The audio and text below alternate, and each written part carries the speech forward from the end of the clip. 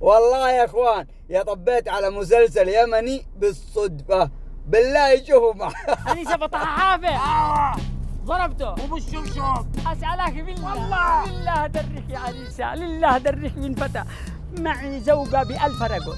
نعم زوجة ب1000 رجل. هذا عقل حجر. حجر مين؟ لحافظ. حجر وسيلي سايرة يعني حجر ما الأزوار يا حبيبي لأنه حجر حافظ. تهجروا حافظ. حق ما ضربته أنيسة. على أبي لعنة الله متى كنت مد يدي على الناس ومتى كنت مد يدي على الرجال.